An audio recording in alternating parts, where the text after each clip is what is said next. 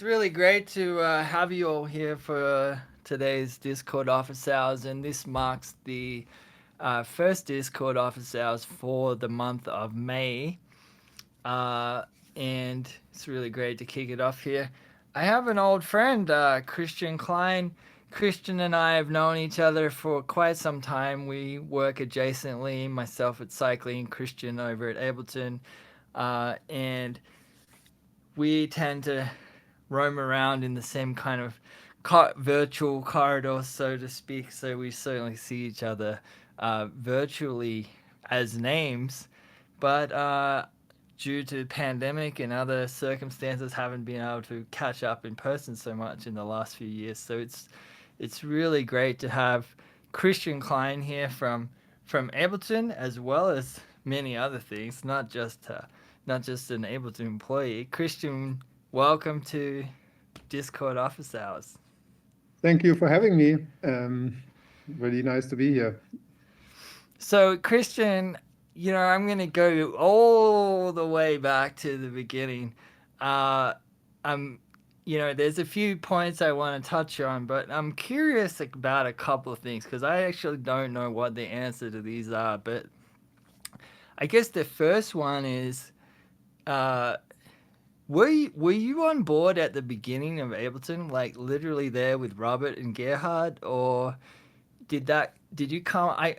In my mind, you were there at the beginning, but It then I depends wasn't. what is the beginning. Right. There are Were several you at the several Monolake beginnings. shows when they realized that their max patch didn't cut it and they needed to make Ableton?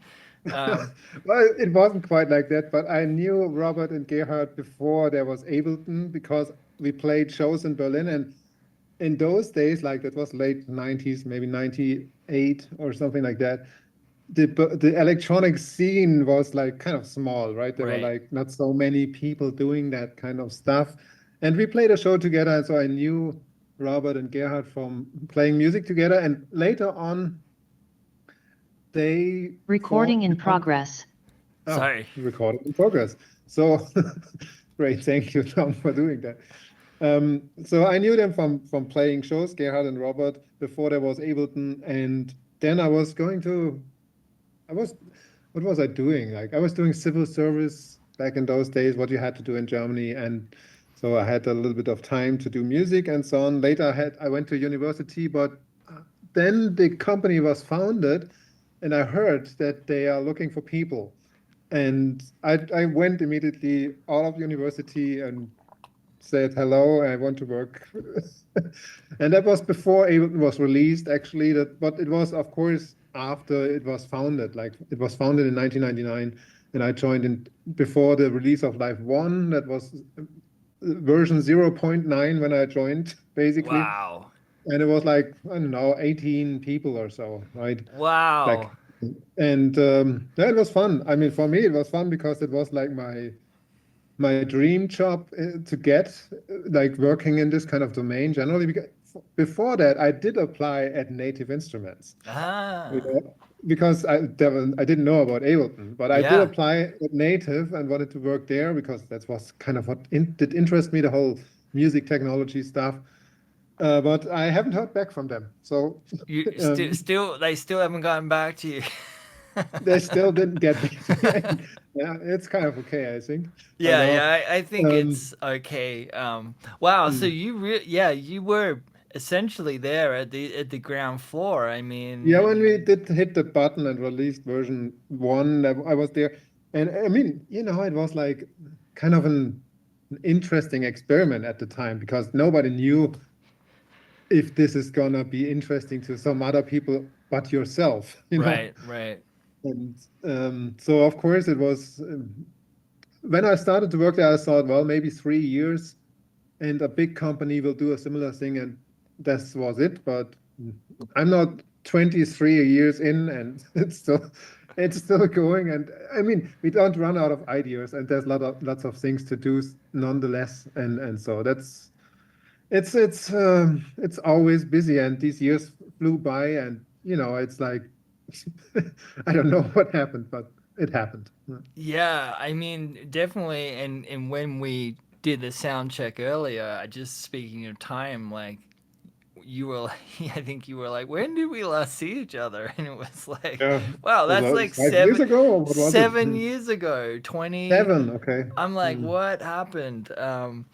Yeah, that's something else. But yeah, that I did see pictures of you guys. I've seen pictures of you guys like in an German Berlin apartment, like Yeah, that was the laptop. very beginning. Before there was an office, that was just computers in an apartment. Yeah. Yeah, like laptops sitting around on the Yeah. floor.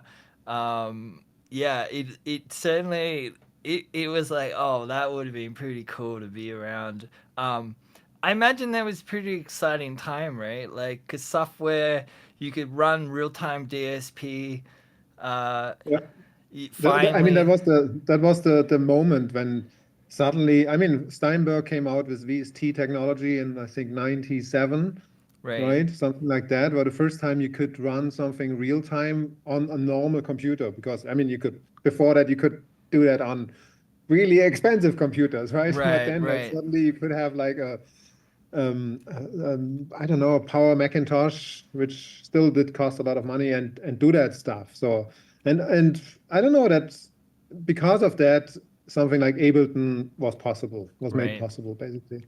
Yeah, because that was the whole idea, to run things real time without like waiting. And the whole idea behind Ableton, as you know, is that you do things fast and you do them within a certain intuition, and kind of just a stream of creativity, so to Yeah, speak. Yeah, if you, yeah, yeah, yeah. I mean, finally, you weren't just sequencing external instruments. You were able to do this combination of both of them.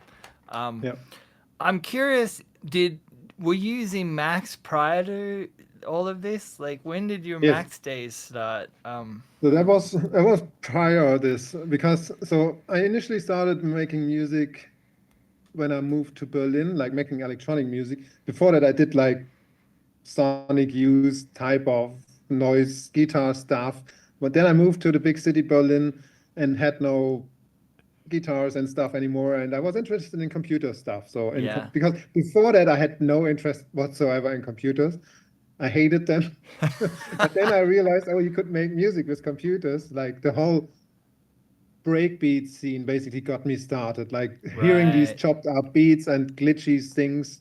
And so that made me wanting to do these things. So I got an Atari first and made like Atari um, programming, like with the first Steinberg stuff on the Atari. And then I got my first Macintosh computer, and I immediately went into research. What options are there out there? Like it was like things like C Sound, or it was like Super Collider, or it was like Max in this case. So I tried these things all out, and see what did talk to me. And basically I ended up with Max, because I'm a visual person. I like generally visuality of things and the immediacy of things, rather than writing something and then compiling it on, you know, that was never my interest. So I was just always this eternal tinkerer in that sense, that I want to Mm. just try out here, connect something here to this, and then something happens or not. And this is what got me really started. And that was Max version 3.8 or something like that. Yeah. Right. So And that's prior. Was that no? MSP came out in that was '98. before MSP came out. Oh, And yeah, right. and MSP was, I think Max 4. I can't really, don't quote me on that. But it was shortly after I started with Max, MSP came out. And then, because this was the time where real-time stuff, and then of course, yeah, MSP, yeah, that's what we want. And Right. and Yeah. so Yeah. I That. that's how I started. Like then writing plugins was then my passion, while using Logic on the Macintosh computer. So that was my, then actually more the combination of a traditional sequencer the with the quirkiness of like your own programming. That was my combination always, like, and that was fun. Yeah. Yay, Yeah. Pluggo. Exactly. Yeah. So Yeah. Pluggo That. was in a way an eye opener to me, because it was like, oh, I don't have to write my whole. system in Macs, like because I'm not Autecher or something like that, or some people do that and they're really good at that, but to me it was always also in traditional recording, guitars and whatnots. And if you want to just work on music, you sometimes you just don't want to work on programming timelines for this stuff or so. Yeah. Right, right. Yeah, and having that versatility, not being like being able to make the pluggo, take it to another DAW, Ableton, Logic, whatever you like. Well, Ableton came late, Yeah, right? yeah. Plugin support was not there initially. Exactly. Live 4, right? I think Something plugin. like that, yeah. Yeah, Like we had first, it was just there was VST support. Oh God, Jesus, I need to. Digging out the past is always difficult. We got things wrong, but I guess we had VST support relatively early, and I remember also running Pluggo in live. The problem was we didn't have MIDI, right? So MIDI in live right. came later, and of course, what's a sequencer? What's a DAW without MIDI? It's less, it's not what I Yeah. want. And then you couldn't do it with Pago, and I can't remember exactly, but it's something like that. And at some point, it all came together. Yeah. Yeah, for me, Live 4 was the big shift that I recall. And these were still pretty early days in my music making. But Live 4, was plugins, finally, operator, uh, Mhm. um, and MIDI. It was Yeah, like, exactly. I mean, I Yeah. essentially didn't, I still use Logic a little bit, but that was a little bit of the knife in the coffin for my Logic, my serious Logic days was Live Yeah, 4. same for Like, me. I mean, I did my first records all with Logic and things, and then of course also by because of my job, I did it in live later yeah, then with Live 4 onwards. And yeah, and I mean the fun thing was the whole Plago story. As I'm not sure if people know, but the reason it had to die basically because it was too much hassle to support all the standards out there and so on. So that was the reason Plago died. But then there was a void at some point, yeah, and out of this void came Maxolive, of right? course. And well, here we are. At least Yeah, not it's only Max for Life, but that's at least Max for Life is was always like my big, I don't know, marriage or whatever you might call it. let's put a pin in that. We're gonna come back to Max for Live, but I want to just you were a pretty avid pluggo developer, I recall, and Well, yeah, like you actually like so you may not recall it. I remember I emailed you before I even had any relationship with Ableton. I couldn't. I tried to find the email ahead of this call, but that's a long time. okay, It's like 20 years ago. But my first recollection of you were these CRK pluggos. yeah, And yeah, because I had purchased Pluggo myself, I was back in Australia, and of course, uh, 74 plugins or 99 plugins apparently wasn't enough. So I was off looking of for course. more, I was off looking for more experimental pluggos that people were releasing for free, and I found your page. I actually went back on the Wayback Machine and Oh, okay. found the page where unfortunately Mm. I couldn't see the images of what they didn't get captured in the Wayback, but I could found the page where I downloaded your pluggers. I mean, And the whole Plago sharing thing was also a little scene, a little worldwide scene. Like a few people did that, and there was like there were several IRC servers where people joined, like kind of what we are doing here in Discord or something. Like back in 20 years ago, there was the same thing, a hotline server. I remember I was one which was called Falling Forward. And in this Falling Forward hotline server, there were people discussing, exchanging plugos and max codes exactly like in Discord here 20 years later. And it's a beautiful thing. It's like such a nice consistency. And that's what I have to say about Max in general, that the consistency about the stuff is amazing. It's just amazing that you can take the code from 20 years ago and it's to a large degree it will still work. And yeah, it's amazing. Yeah, I mean I'm on the I see some of what goes into ensuring that, but the backwards compatibility just absolutely blows my mind when I find some dot pat from Yeah, pad. way back and I pull it up in like max 8 and away it goes. Like it Yeah, doesn't miss a yeah. beat. It's kind of Of course, and in some of these patches, they have become like really. I mean, if you think about, I think Sakonda's granular patch, like yes.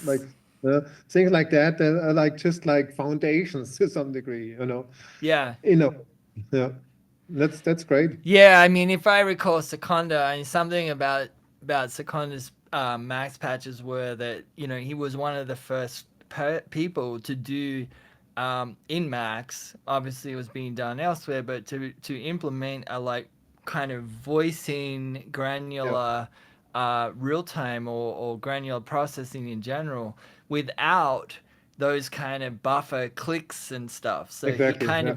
he got the phases all offset and kind of windowing correct and And that always showed to me that it always showed to me how stupid I am because I couldn't do that. But I was so happy that there are people out there much smarter than I, which I can just like take the things and kind of incorporate them, which is again another beauty of Max to me, that it's a sharing thing, and that's a big beauty, in my opinion. he is a very nice guy to actually speak to him a little bit. He had the Foreman brothers classic name. I just dropped the link in the chat.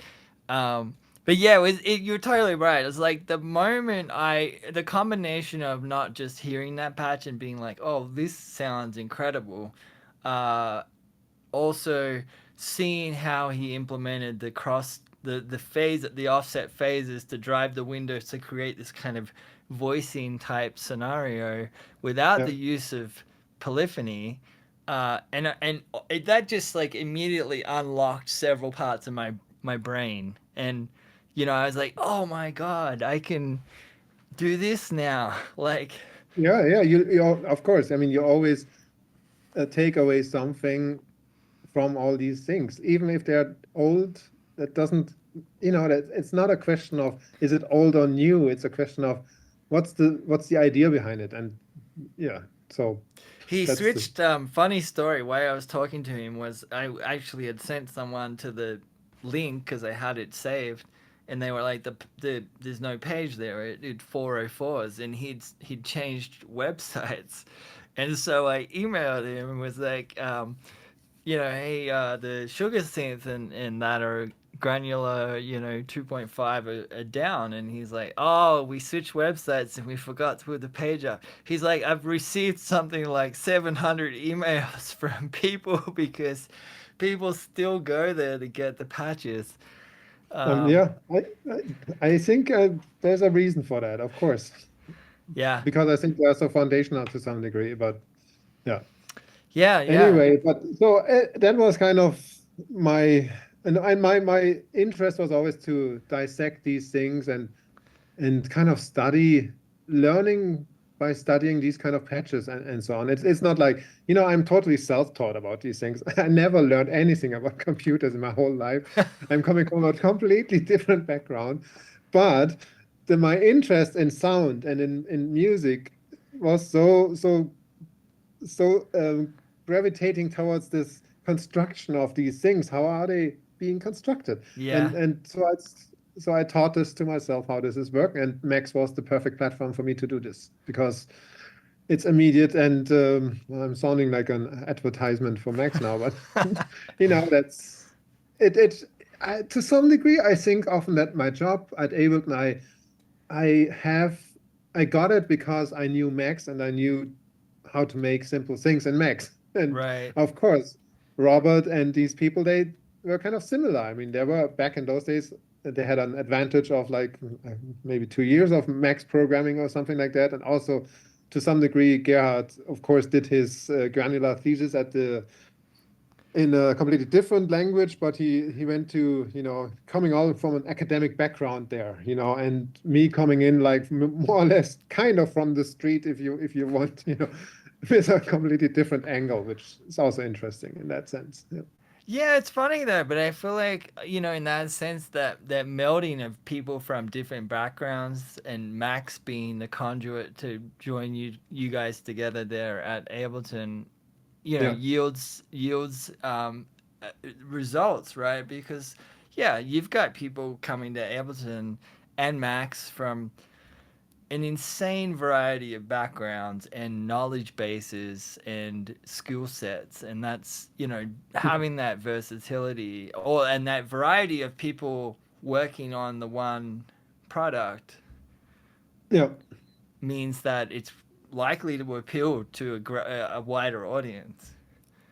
Exactly. And there was I think that was one of the crucial ingredients for which made at the days and still today Ableton different from other companies in my mind. Like that, just openness, Yeah, yeah, that yeah. sense about these things, rather than, oh, we just make a product and leave us alone. But it's more like, we make a product, but you can contribute and take things apart if you want certain things, and so on, and and share it and expand it and customize it and whatnot. And that's, to me, a good, what you nowadays can do with modular synths, like, when Right. this all thing started, it's kind of a similar thing with software in that sense, to some degree, of course. Yeah, you mentioned coming into Max like off the street with not a computer background, and it's funny because Max can seem intimidating to some folks, but that on the other hand, if you're not coming from this musical background or even a computer science background, there's something that tells you like, hey, it's okay to be in here. It's okay to tinker around in here. You don't have to be uh, you know, have a I think certificate. that's the appealing thing to me, and it always was. It has this DIY punk approach, which I think is totally fine. And you can take it from both angles. You can come in with a total scientific academic thing and really do very specific things and so on. But you can also just go with a wild attitude into the whole domain and say, oh, I want to make some noise, and then I do things to make noise, and you don't need to know stuff about it. And well, you cannot really break things in that sense, apart from your ears, maybe when you have earplugs and put in the wrong numbers into certain objects. But that's about it. Yeah, You soon learn about limiting, I find, when you first start playing with Max. yeah, uh, that is true. yeah, I'd say that DIY punk ethos and even the artist collective, kind of vibe is still pretty prevalent at Yeah. I mean, I'd also say the at both of. diversion of like visual programming, like in the sense, not visual in the sense of jitter, making visuals, and then making installation stuff, or making with Max for Live nowadays. There's a lot of tendency now to do Gumroad patches and make a few bucks aside, or these kind of things. So I don't know. There's a lot of different angles to the whole topic, and that's kind of interesting, I find. Also, the how it changed over the years, like the whole scene and the whole approach to things. Also very interesting to witness. Yeah. Yeah, it's funny you mentioned Gumroad. I mean, from my recollection, from the date Ableton released Max for Live, I mean, it was within like a week, I think, that I saw the first paid devices. I mean, it was pretty, Of it was course. like, send me $5 on PayPal and I'll send you the AMXDs kind of stuff. But yeah, it's I mean, it's cool that it's been part of that from the outset, but at the same time, there's still a lot of people sharing knowledge, sharing. of course. I Um, mean, I'm not sure what my take is on all that, but generally I appreciate. So on one hand, things are commercial. Yes, they are. So, and at the same time, are things being sealed off to cater to a certain group of people? No, they are not. They are still open, but of course you have to buy in into the platform, which is then again some other people don't like. Some other people like really everything open source. For example, I don't know, for many years ago, I went to Italy doing a workshop for Max for Life, and some people came in and said, "Oh no, we only like PD, because PD is the only true open source free, and Max and Max for Life is commercial evil and so on." So I don't know. Of course, there are different things in the world out there when there's a reason why people need to be paid to do the things they do and to advance Right. things. And there's a difference in PD and Max, of course. But if you want, you can use PD and Max for Life and Max and whatnot. So it's a choice. I definitely strike those people occasionally out and about in public who, are like, "Oh, you're not open source and so that you're not legitimate," or something like that. And it's like, "Yeah, but everyone at cycling and gets paid a living wage, and we're all actually artists at the end of the day." And Yeah, I can honestly say we are not screwing anyone over, or we're not, so I don't yeah. have any guilty conscience about. The Uh, same here. I mean, again, it's you have to think about it, what that means. Like, what does it mean that a product is commercial and that it does cost money and that people want to upgrade or should upgrade and that keeps the company alive to make things better and so on. I mean, you don't have to go into that, but I think it's an interesting thing, and I love that there's lots of open source software. Of course, that's great, but how much open source software is out there where it's like maintained for decades and whatnot, and that becomes the Anyway, thing. Like, as computers have become more reliable, hard drive space is bigger than ever. We have the cloud now. It's possible to maintain and have these databases of software that stem back, 20 years, 30 years, and but is the application that runs the file, does it still exist? Is it still possible without having to recreate a Mac legacy machine from 20 years ago or something like exactly. that? Yeah. And I've got friends that have been going down that path to, like, get old projects from 1999, and yeah, it's actually not easy. Yeah, because stuff doesn't. They can't open their old files in Pro Tools, or um, Yeah. I want to go back to, you mentioned Pluggo needing to die, and the Max for Live days. I'm curious. I know I kind of got wind of Max for Live. Randomly, I was playing a show in Berlin, and someone walked in and saw me. I was using Ableton and Max at the same time. Okay. I didn't like Rewire. I'd had trouble with Rewire, so I was doing the classic send on channels 3 and 4, routing them out of an ultralight back into an ultralight, making sure to not get any feedback loops, and that was how I had Max and Ableton interfacing with one another. And someone saw me doing this and was like, "Here's my card. You need to contact, send an email," and I got to be on the Max for Live Alpha, which is kind of part and parcel of how I ended up at cycling in the end, because I see. Andrew Pask ran the beta list for Max for Live. And then he was like, "Oh, who's this Australian guy sending me an email?" And so he has an incredible memory. So when I ended up moving to Los Angeles, he remembered me, and the rest is history. But I'm curious. Like, I know the development was about 2 years, right, or something, that went into before the first Max for Live Yeah, launch, the whole API development basically. Yeah. right? And basically it was done by a single person for 2 years, Who was almost. that? Who was that? That was Ralph Suko is his name. Okay, Ralph Suko, a very dear colleague and he developed the API structure, the initial API structure for the whole Max for Life stuff right. and so on. I mean, I have to say in hindsight that it would have been good to have a team on that, but back in those days, it was just not possible because I mean he had to make a lot of decisions by himself, and he's an engineer, Right. and and engineering decisions are not always in favor of the music maker in the end, but nonetheless, it got the job done very well, and I'm absolutely, and Ralph is an amazing person. It's and what he did is also amazing job he did there.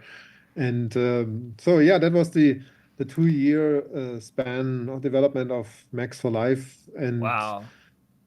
So yeah, like 2007 or something, right? Because something like that. Yeah, it came out in uh, November 2009, I think. yeah, Um, but I hear yeah. the conversation about the possibility of Max running inside of Ableton started I mean, much earlier, right? Like, I have to say that before Max for Life, Ableton Live was of course getting also a little bit more popular with every release, and uh, it was also getting more DJ centric and so on. And to me, it was getting less interesting. ah, And Gerhard came to me and asked me, what you, Christian, what would you think if we would do something like Plago for life? And I told him, yes, please, that will save me, because I need to have in the box access to Max, and we all always loved Max, and everybody, not everybody at Ableton, but like there was a mutual love for Max, as you know, from Gerhard and Robert and so on. This was always like there was always a relationship to cycling yeah, with Joshua and so on. That always for a long time that existed. It existed on several levels, and this was just a kind of a commitment to do it, right?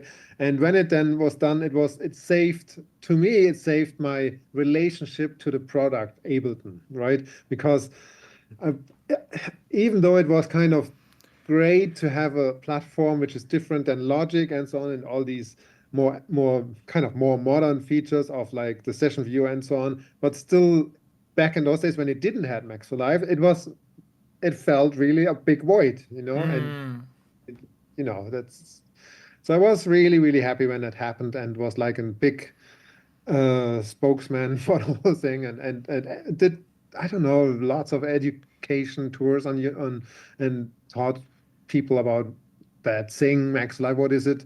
Went to IRCAM and whatnot, to get them hooked on the yeah, stuff. yeah. And you also released Max for Live devices pretty soon after. I remember Yeah, seeing sure. I mean, the whole revamped your Plago, pluggo, right? Yeah. was revamped then, and yeah, so yeah, Yeah, I mean, the term game changer gets frequently tossed around these days. Like, everything's a game changer. But in 2009, this just blew my mind. Um, yeah, because yeah. the landscape of music, DSP software was pretty different back then. Um, That's true.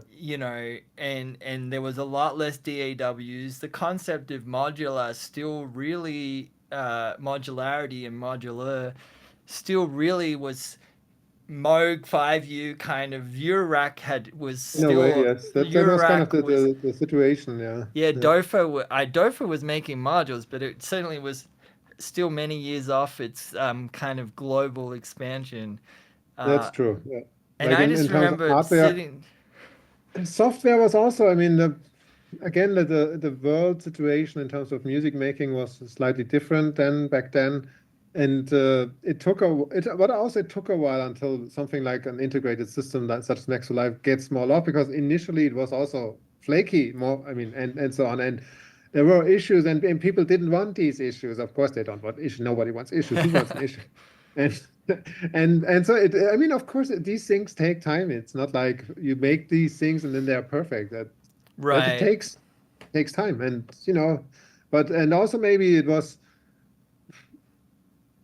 I don't know, was it the right time? Of course, to me it was always the right time, but I think nowadays when I look at the situation of what music is being made, right? Right. It's much more. adventurous than it was like in 2008, to me at least. You know, where Right. I think the focus of Ableton Live, where people used it, was much more really making techno, like classic Yeah, techno sort yeah. of stuff. And nowadays it's being used for a variety of things, of course. Yeah. Yeah, yeah. That's very interesting. Yeah, the term experimental, I found the term experimental back then was a little less socially acceptable, perhaps, or something. But It like, was more divided into like, oh, these are these people and here are the other people. And nowadays everything is kind of mushed together as we know. And I mean, and now you have in a way, looking around at what people do, it's a total explosion of stuff. You know, in my mind, it's like, not that I love all of that, but it's like everything is being mushed together and you know, even the yeah. weirdest stuff. Well, now Yeah. there's almost like on TikTok or whatever, people are trying. It's like who can be more experimental with audio and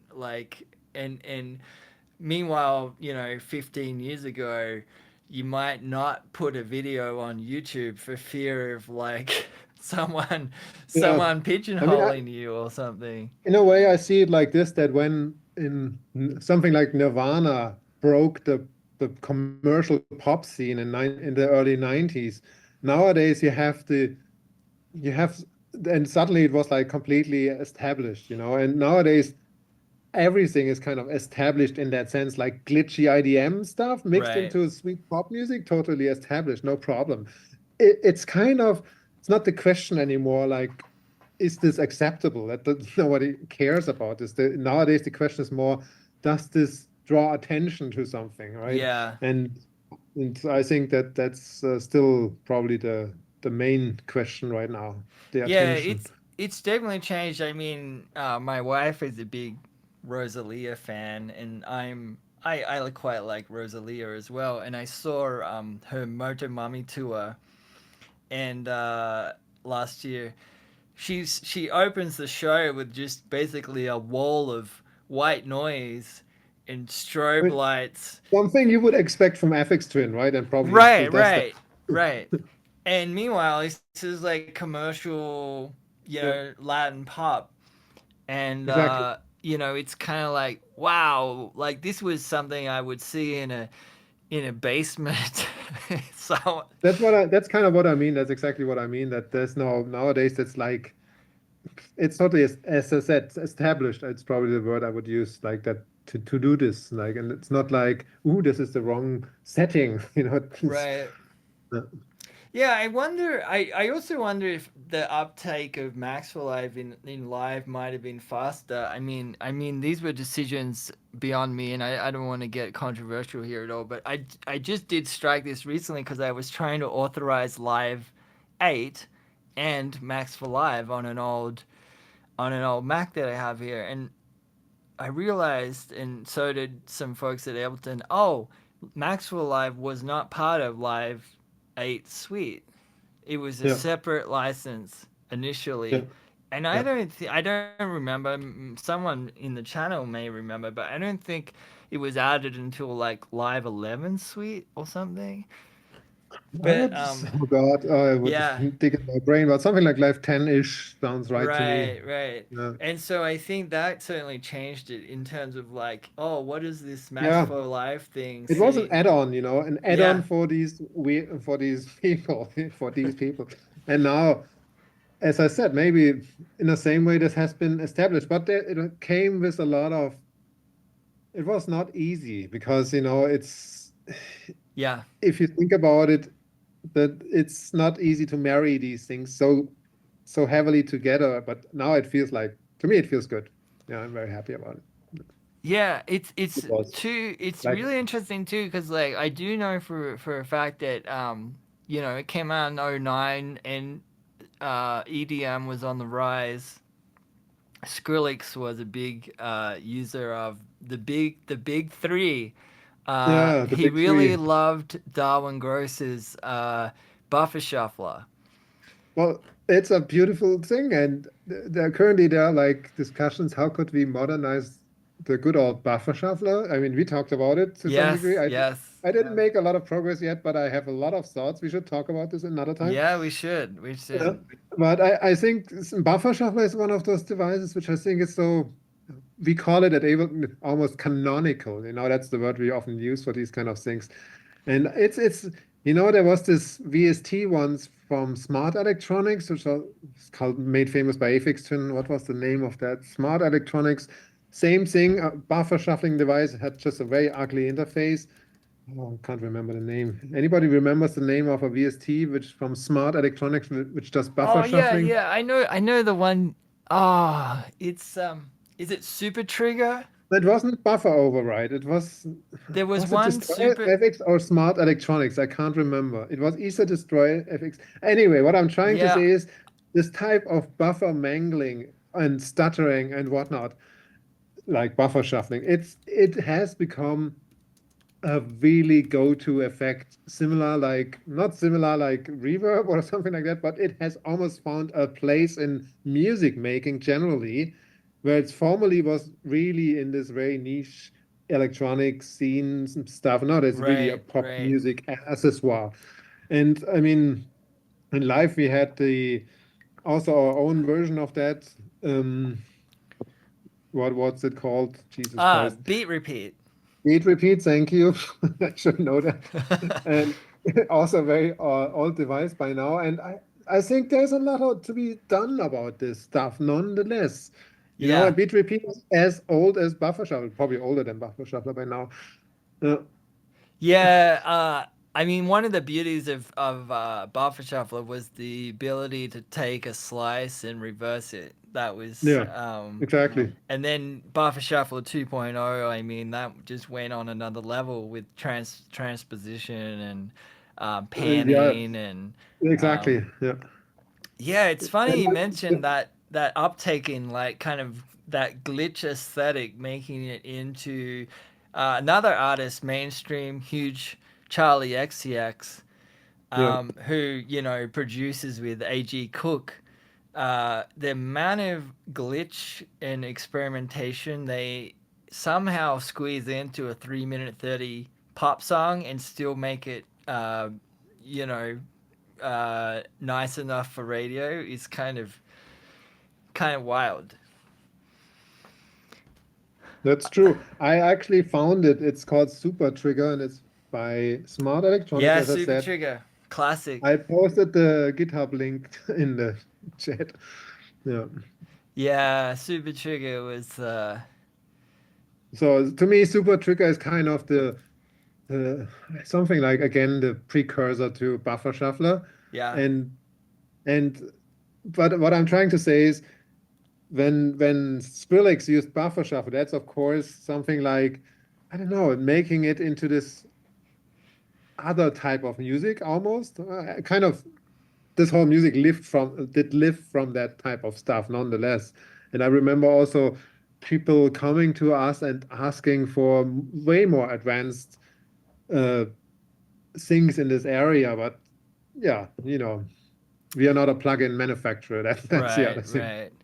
Yeah, it's funny Yeah. that he did that. I mean, he was doing a lot of pretty experimental stuff and leveraging live in ways that perhaps weren't intended to produce some of his early music that really put him on the map.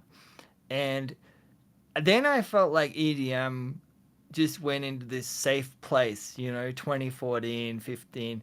And and now we have this emergence of bass music, which is now like besides the two-step beat, which I don't care for much, but you know in the more fringes of bass music right now, I think is some of the most interesting sound design that's going on. Like there's this whole color based phenomenon that's going on with like FFT processing, and then and then um, all of a sudden you got these guys pulling back in drum and bass and break beats Oh into yeah.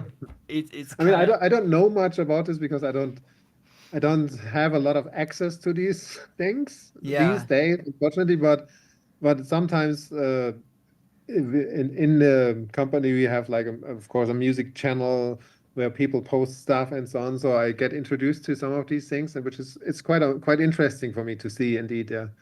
I mean, Yeah. personally, I'm still very, I don't know, almost traditional with my music listening in Yeah, that there's two sense. guys from the Pacific Northwest up there, Eprom, who is Hmm. had been around a while. He and also this guy G Jones, who just really interesting. I actually quite like their music. Uh, Christian, what would you describe as your role at Ableton? And I imagine this has evolved and changed over the years, but Oh you yeah, know, sure. Yeah. these days But I now, see you pretty consistently. Just, I mean, I think it's always been Max for Live, but you largely are in the Max for Live channels. my role at Ableton is nowadays I'm leading a handful of people as a team leader or PO as we call it, and we did make, for example, for Live 12 the Melt synthesizer, or I did make for Live 10 I think the Echo device, and lots of other things. I worked on the new mixer and all over the place to some degree, but my main task was really to make new built-in devices. That was with a team of people and conceptualize them, and then also kind of making the whole production plan for this kind of stuff. So the whole classical um, product management or whatever you might call it in that sense. And but lots of these things are still being prototyped in Max and the Yeah, conceptualized in Max to see, okay, how does it feel and so on. So I'm also what you call a UX designer in that sense, so the how does it feel question is always interesting to me. And so lots of the feel I is being experienced through Max for Life in that sense, yeah, because you can just quickly prototype it. Yeah. right. And That's that's what I do. yeah, yeah. That's where I see you kind of working. Someone has an idea, and in a nanosecond, you've replied with a with a Max for Life device, asking them, "Is this kind of like what you were talking about?" Um, Yeah, right. and it's interesting, like as an approach, right? Because like, to me, from my observance, it feels like there's kind of a real playful experimentation that goes on still uh, at Ableton.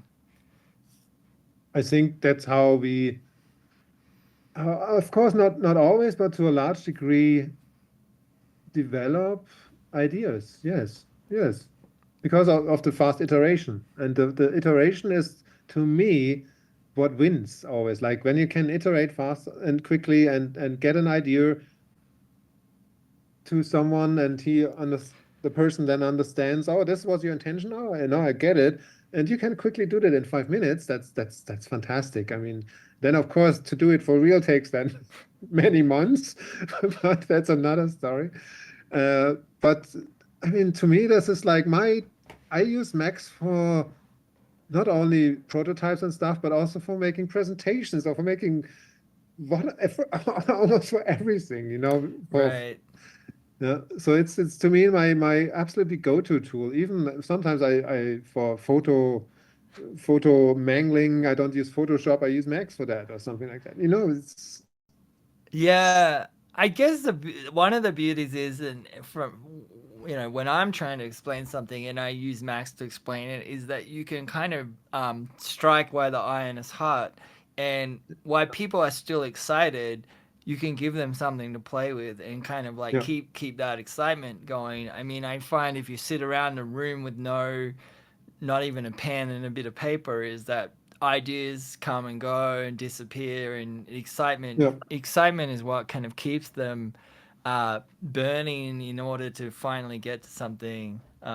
yeah, yeah, I was surprised by Raw, I have to be honest, in Live 12, and I was like, oh, this is wild. Like, this is not, it's not what I would have expected. Uh, yeah.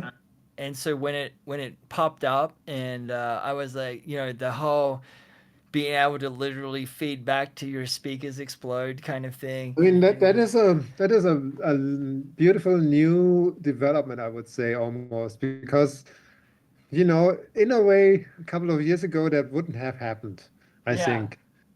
And now it's like a good time to make these things happen. And I think the reason is that, how can I say it? Well, we have a lot of very, very, very smart DSP engineers and so on, and they are very, very good at what they're doing, obviously. But also they are, to my mind, I hope they don't listen, but to my mind, they're often in a way almost too conservative in that sense. Like, Uh, oh, this is how it should be done. And this is not how you should do it. But sometimes you should go do it differently, maybe. You know what I mean? And like experiment in that sense, and not like doing things by a traditional book, which sometimes is really helpful. And I have to say that's also super important that yeah. Yeah. you need to know how these things are really done in that sense. Or if you want to make a delay sound like in Lexicon PCM 42 from 1983, then you need to know how the lexicon delay works and how the clocking works and so on. But if you want to make something different, then you sometimes that doesn't help to analyze a lexicon delay or something like that. Just as an Right, example. right, right. Yeah, Yeah. it's like approaching experimental music if you've formally learned music theory. Sometimes the music theory gets in the way of the experimentation, like in terms of fluid, honest. Yeah. Um, uh, yeah, I certainly saw Raw and was like, yeah, Ableton still got some punk edge. In a way, yes, we And it can say was it. really cool to see the reaction too from the community. Like, I think also people were a little surprised to see something so wild and aggressive. Exactly. Yeah. Uh, Almost to me, it was also like, as I said, a new string of thought put into the software, so to say, which otherwise you wouldn't have expected. Because if you look at all the devices, I think they're all very good, like in terms of built-in quality in that sense. But Raw is in that sense like going out there, which yeah, is good. yeah, it's cool. Folks, we're getting close to the top of the hour. We're not going to keep Christian here all night. So now's a great time if you've got questions for There Christian are to already a bunch of questions I see. yeah, Yeah. start piling them into the chat. And I Yeah. see there's one here about UX prototyping and design. I know you may not be able to answer, but are you all Well, planning on working on custom Max for Live UIs on the well, push can we to? just say it's missing? I Yeah, mean, obviously, and if it's missing, probably things which are missing, you need to look for them, and at some point they will come to us. I'm hoping. Yeah, how can I say it? But yeah. I mean, I know that'd all be too great. well. Sometimes the answer is there, or people are thinking about the answer, but from a company standpoint, it's hard to say one way or the other on a live stream like this without us getting in trouble. Um, After all, I think we're both under NDAs for each other's companies. um, there's Well, I another can only one say it's here. missing. Oh, go ahead. It's missing, and I think something should be done about it. That's all I can say. Yeah, yeah. I've heard some rumblings. That's all I could say. But yeah, I think with the reinvigoration of Push, and it was a while between Push 2 and 3. There's certainly a whole new slew of people who are quite excited about it. There's a question here. What's your personal experience making music with computers and making music with guitars? What's the difference you find between the two ways of making music? Oh, interesting question. I mean, I like both isolated and I like both together. That's for sure. Like sometimes just sitting down on the guitar is beautiful, and sometimes just sitting down with the computer is beautiful, and sometimes doing both is beautiful, like combining the stuff. Um, I always liked initially I liked a lot of processing with guitars. Like I used again Pluggo back in the days, kind of also I remember in the early when I did my first record, Beyond Repair in 2001, I used also solo max patches, kind of a little bit Fennes style, Mm, like to some degree. So to me, these are all, to me, the computer is in that sense also an instrument which you just don't happen to play with your body so much in that sense. I don't right. bang my computer. Yeah. But it's like also the ideas to get them from your head to another medium, be it the guitar or the computer, that's kind of it's like often a very meditative process in that sense. And it works with the guitar for me, and it works with computers, and the combination works also beautiful. And sometimes I just do traditional multi-track recording. That's all. Yeah. Yeah, I guess one of the beauties, besides the computer, and certainly one of my least favorite things about computers these days is it's so easy to sit down with the intention of making music, of recording, of being creative, and then ending up being distracted by notifications or something like that. And the beauty of the guitar is, even an electric, you can sit on the sofa unplugged and work through an idea. That's funny. That's mainly what I do, like playing electric guitar unplugged. Like that's my, because that just is the best thing to me. Like I don't know. Yeah, I had a housemate when I was in college, and they I think I maybe heard him play guitar maybe like out of yeah, maybe one time out of 100. He'd just, otherwise he'd be walking around the house just noodling unplugged on his electric, and maybe I heard him like one time ever actually in an amplifier.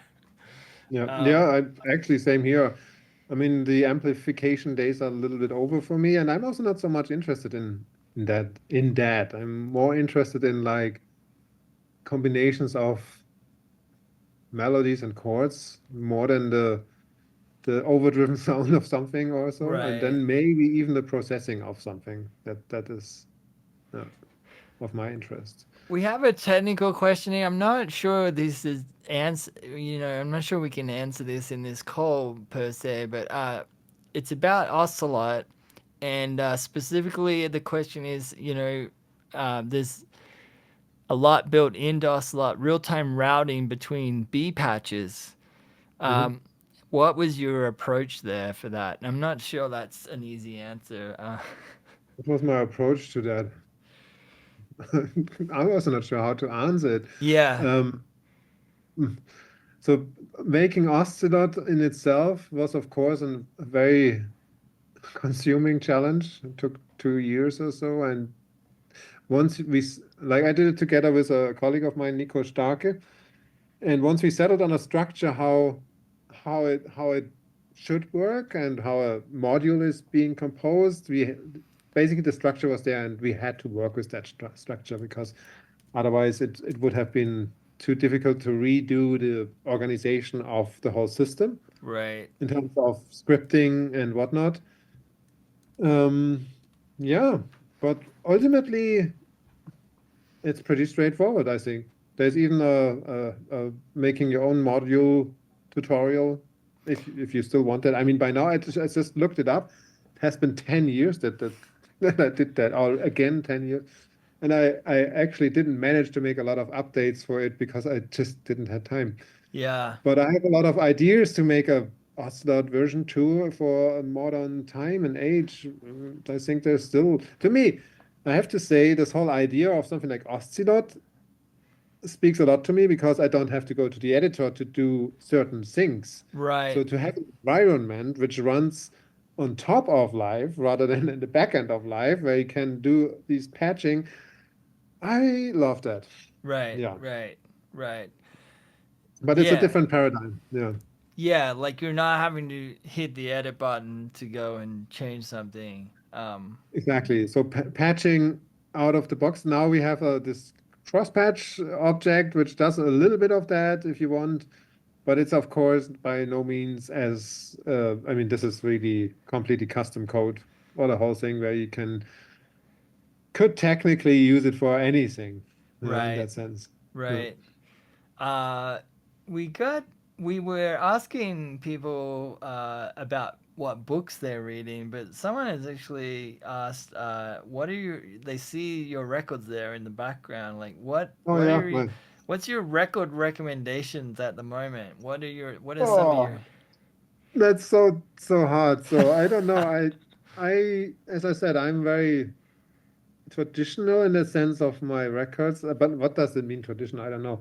So I listen to one 1 minute to Morton Feldman, and then next minute to Eek a Mouse, which is reggae, and then the next minute to something like I had an interest at some point about a Denver scene where in Denver in the early 80s there was a lot of like kind of I don't know, Geoffrey Landers is a person. Maybe somebody knows Geoffrey Landers who did experimental electronic music in Denver, and he was working with other people. Like there's this really micro scenes you suddenly Yeah, discover, and so on. And then there's like 80s tape music, and then I don't know.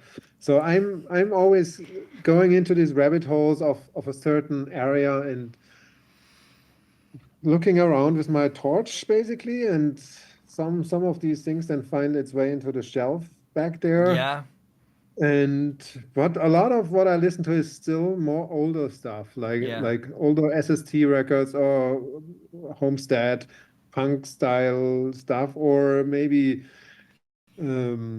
experimental music, and I don't know, all kinds of things, or What maybe about? even house music, strictly rhythm records from the early 90s. I love a lot. And you know, I'm hip hop, so Yeah, I don't know, I'm yeah. all over the place to some degree, but then again, in these places I'm all over, I'm very specific. So Right, right. Do you still get around Berlin doing a bit of crate digging or very, very rarely, very, yeah. very rarely. And also, I don't want to, I moved houses so many times that I don't want to have more records. And because I already have so many instruments, like Right. synthesizers, if you know these Yeah, things. yeah. So I have these, and that's problem is that not only that they cost money, but they are heavy, Yes. they're heavy, and Vinyl. and I'm getting older, and I'm always living on the fourth floor without an elevator and so on. So this is the problem, Yeah. or one of them. It's not a problem, but yeah, Yeah, the few friends I have who have rather large record collections when they move, it's yeah, it's quite a process. yeah. Someone still asks, like, what are your book recommendations? Any books that are stand out for you right now? Be it instructional, be it fiction. Books which stand out. Well, there's one book which stand out for me is this the recent book from cycling about Oh, the Gen one. the Jan one. I love it. I love this book. It's really beautiful. Oh, that's It's my so nice to hear. I mean, of course, yeah, that's cool. It's not what I would have expected you to say, I but love this book. I it's one of my favorites currently, and I learned a lot from it again. yeah. Yeah, beautiful. What was But I funny mean, to that's maybe me. not the book question people ask about. What do I read? Maybe I don't know. That's I recently I read a lot of biographies, and wait, here's a book I can show. Here's just a book about Kraftwerk, which I recently read. Ah, Future music okay, from Germany. Interesting. nice. What else do we have here? Here's another book about con conform to deform. There's a lot of music books I read about recently, and that is like about the early again the music scene in England, early 80s and stuff like that. So it's very specific. And here there's another recommendation. It's the Viv Albertine closes Oh, music cool. boys. So things like that. So I like that. But I'm currently not reading a lot of um, other things, but music related. So for some reason, I'm not sure why. I used to love a lot of these. I don't know the classical Murakamis and whatnots, and Yeah. you know, uh, So all these things, but yeah.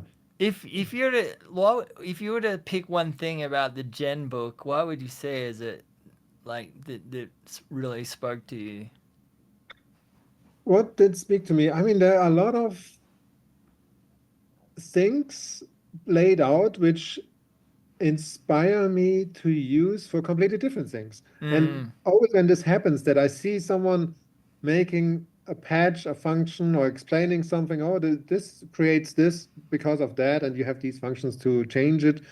Then sometimes I think of it, oh, I could use it in a completely different context to make to solve a problem which I didn't know how to solve properly before.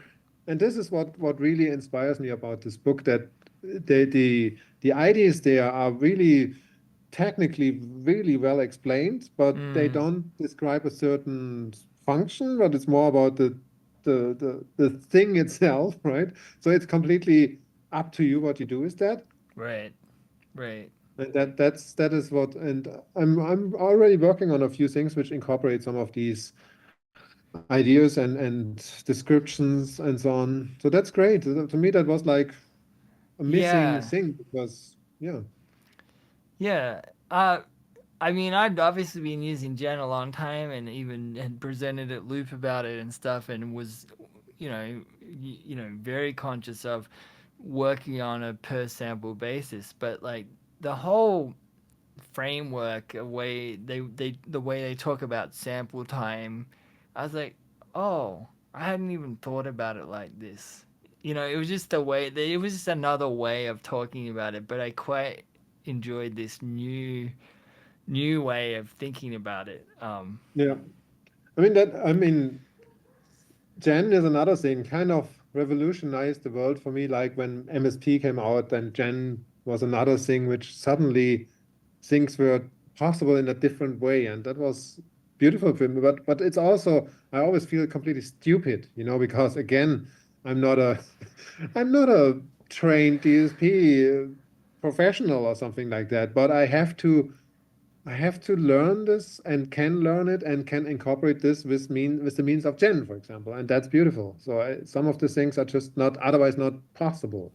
And a couple of years ago, when Gen was introduced, I tried to write a whole synthesizer in Gen, which other people, of course, also did. So in Poly, the synth in one of the Max packs is Yeah. in one of the Max Essentials or something like that. Creative extensions, Max for Life pack from Yep. Ableton. Yep.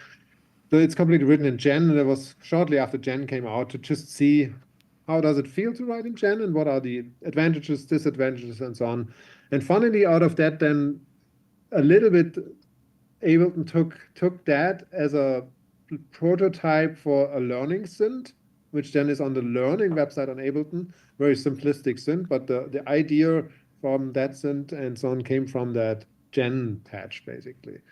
Yeah. Wow. I didn't know. I did was well aware of their use of Rainbow, um, on the Learning Synths page. I That didn't. was when later when Rainbow came on, that Ah, was translated to Rainbow, but right. the underlying idea of Gen, then Rainbow Gen, There you was go.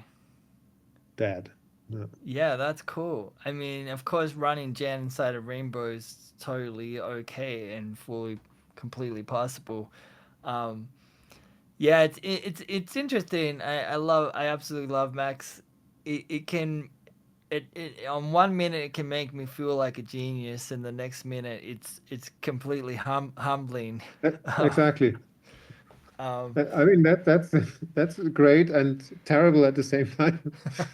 There's a question I would like to maybe go into, which is about the relationship and collaboration between Ableton and cycling after the after we after Ableton acquired cycling. that's a So good did the one. relationship I would say the first few years didn't change. Nothing changed. I mean, we didn't. Well, I don't know. Maybe executive level talked a little more, of course, but like I'd say employees. I didn't talk to many folks at Ableton any more than I already did, and that's the thing people need to understand was just because cycling got acquired by Ableton, I already knew you, Christian, way before. I already knew Robert. I already knew Gerhard. We would hang out at NAM.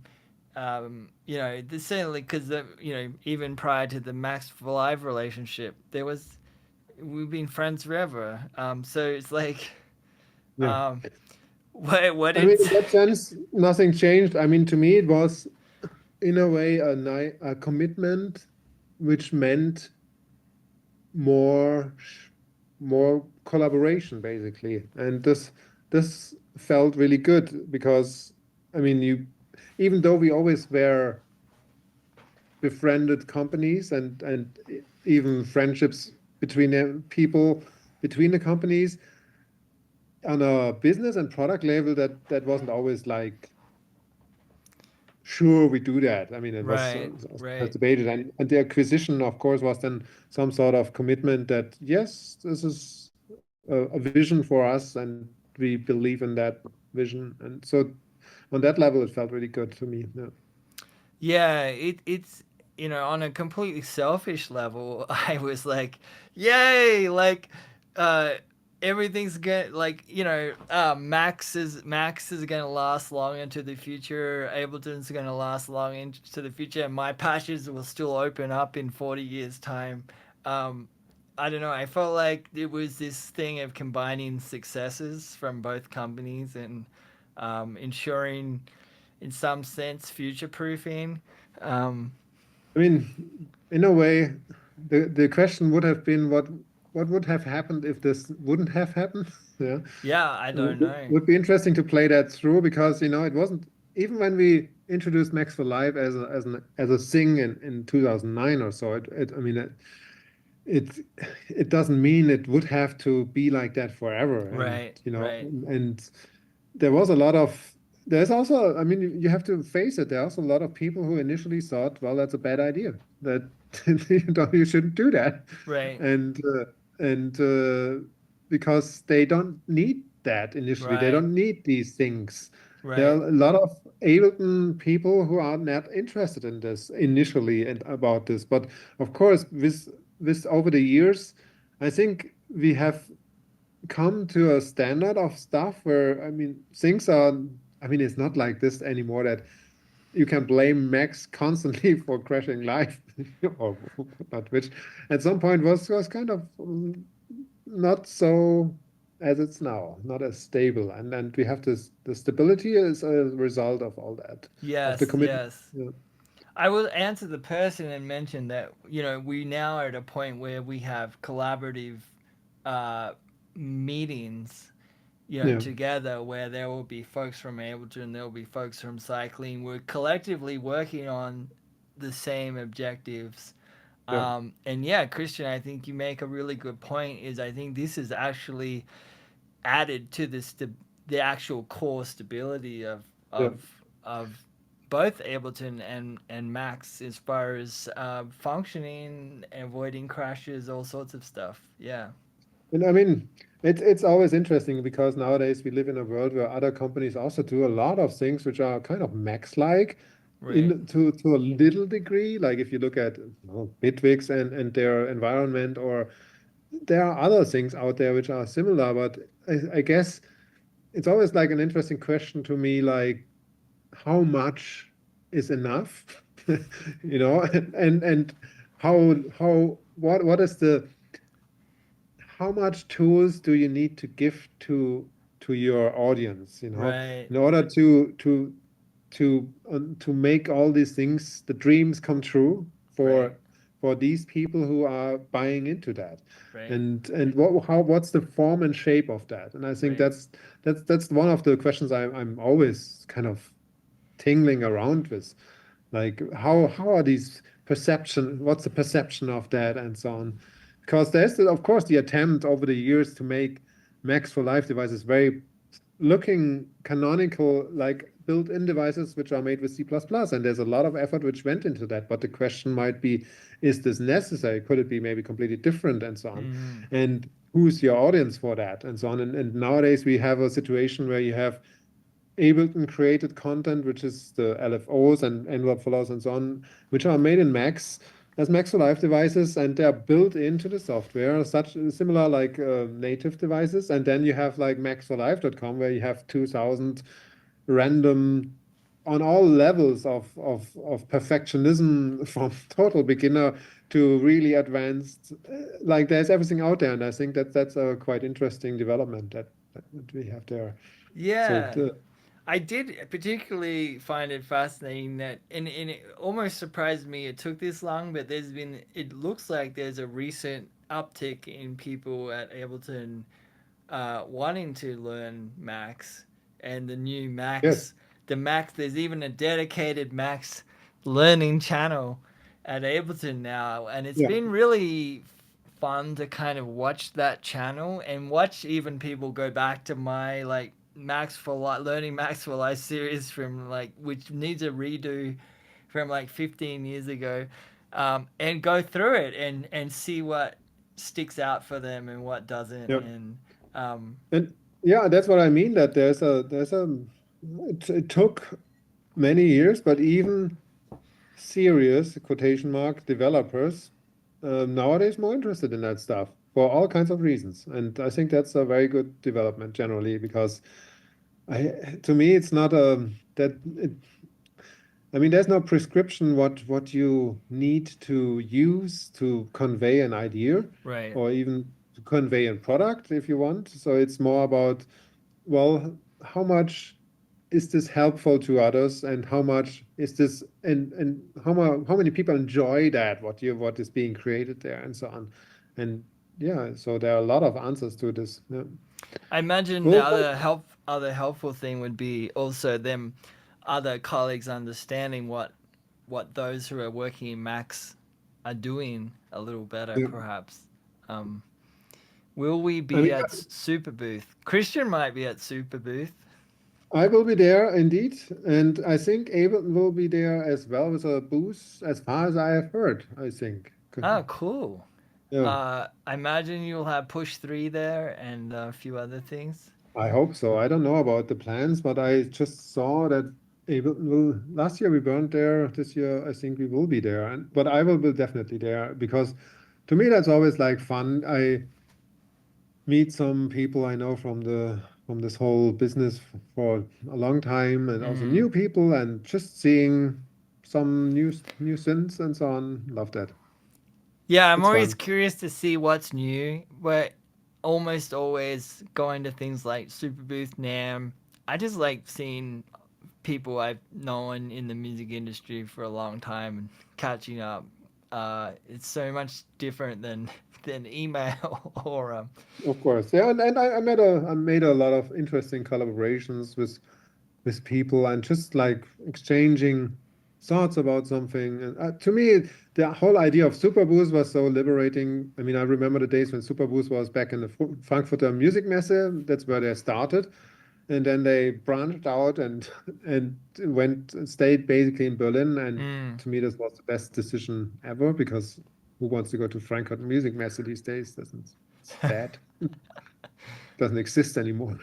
Yeah. There's a question about any thoughts on Ableton and Max in Linux. Uh, Not sure about that one. Ooh, yeah, another thing which is probably desirable, I would say, to Yeah, some people. Yeah, yeah, but and I I'm can't not say much about it. I'm not a honest. Linux person. I don't have any answers. I mean, I know there's a Linux Max running on in the Push 3 in order to make certain things happen. Um, but Yeah, but that's that's very specific, and yeah, yeah, very specific. I think there's plans to make being able to get stuff into Push 3, uh, various Mac stuff more seamless. yeah, I guess that would also be very desirable. Yes.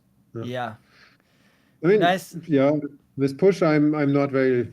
Um, it's not my department. Let's put it that way. That's the best answer. Actually, I might use that one.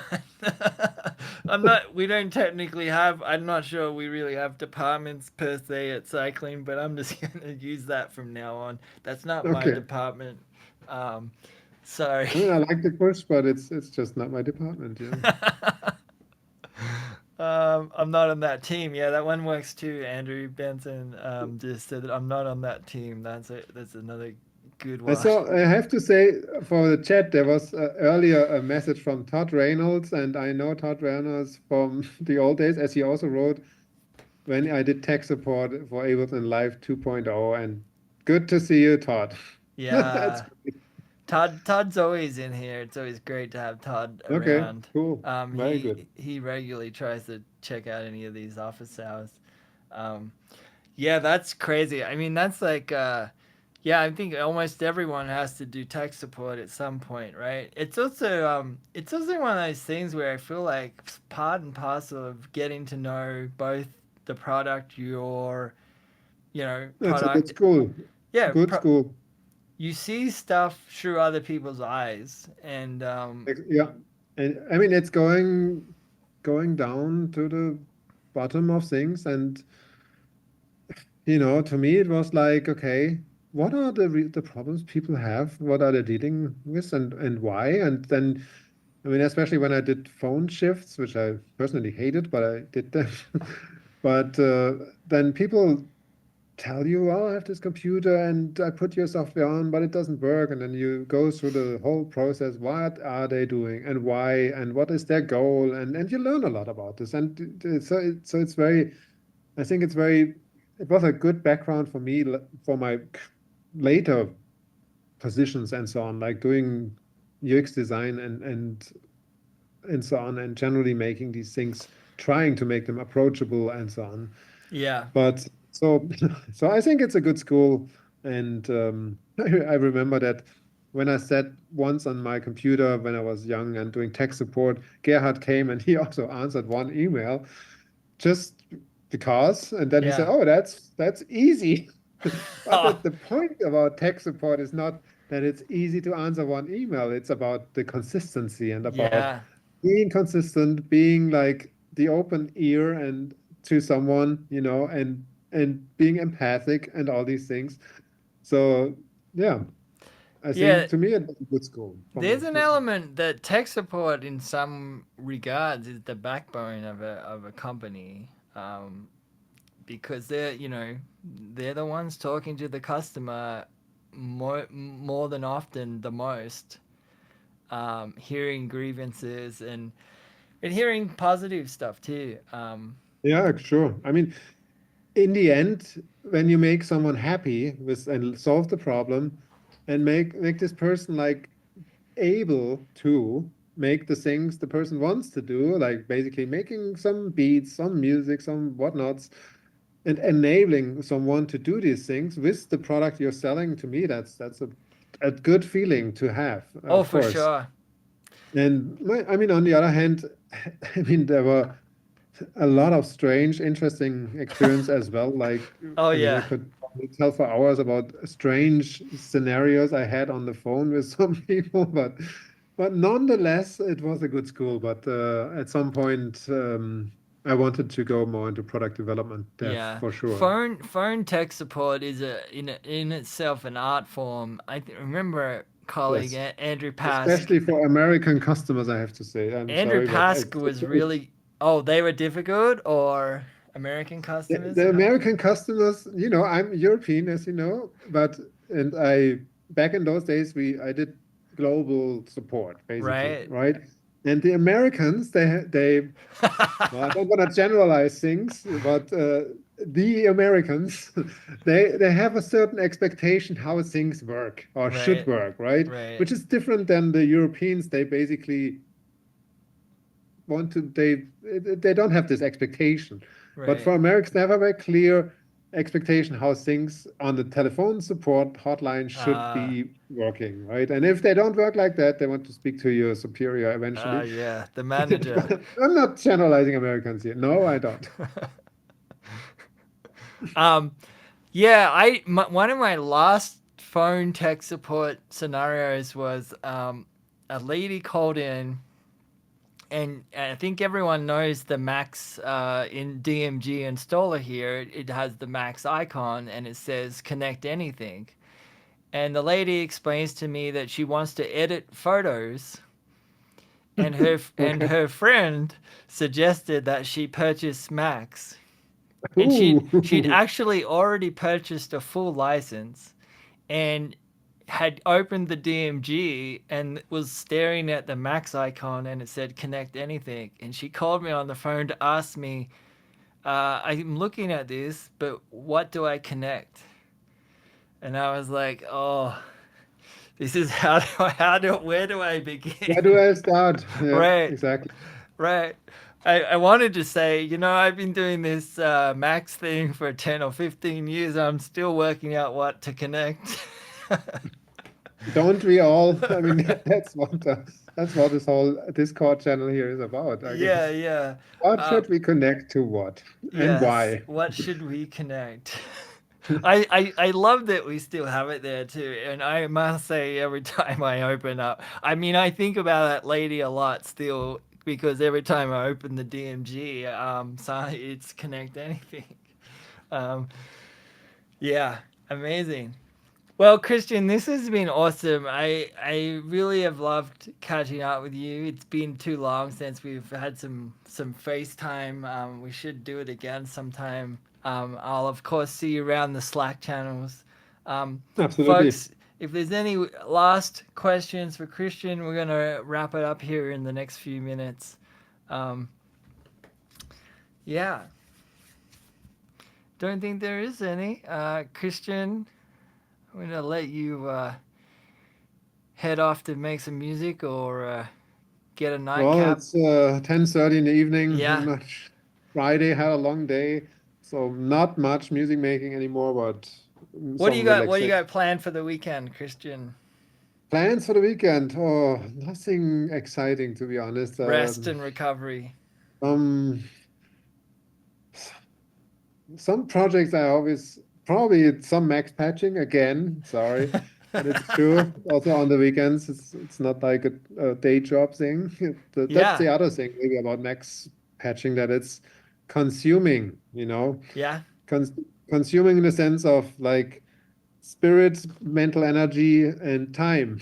Yeah. And but it's great. I love it. And yeah. And what other plans do I have? Well, I don't know. Sunshine, I guess. Yeah. Awesome. Yeah, it sounds like the weather's picked up there, so Yep. time to hit the park and get a club mate.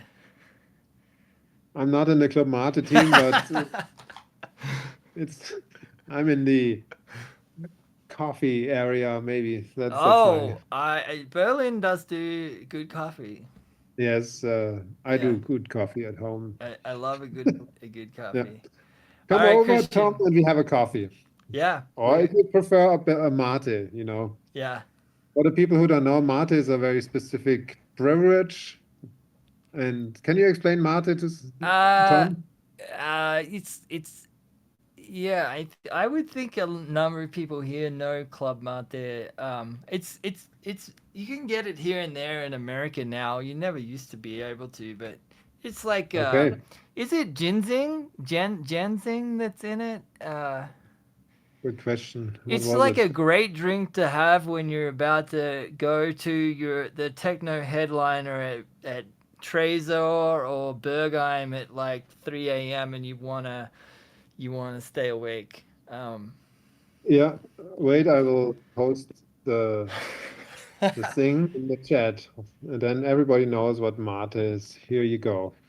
Yeah, it's kind of legendary. It's pretty delicious, and it's not like yeah. What is the sugar content?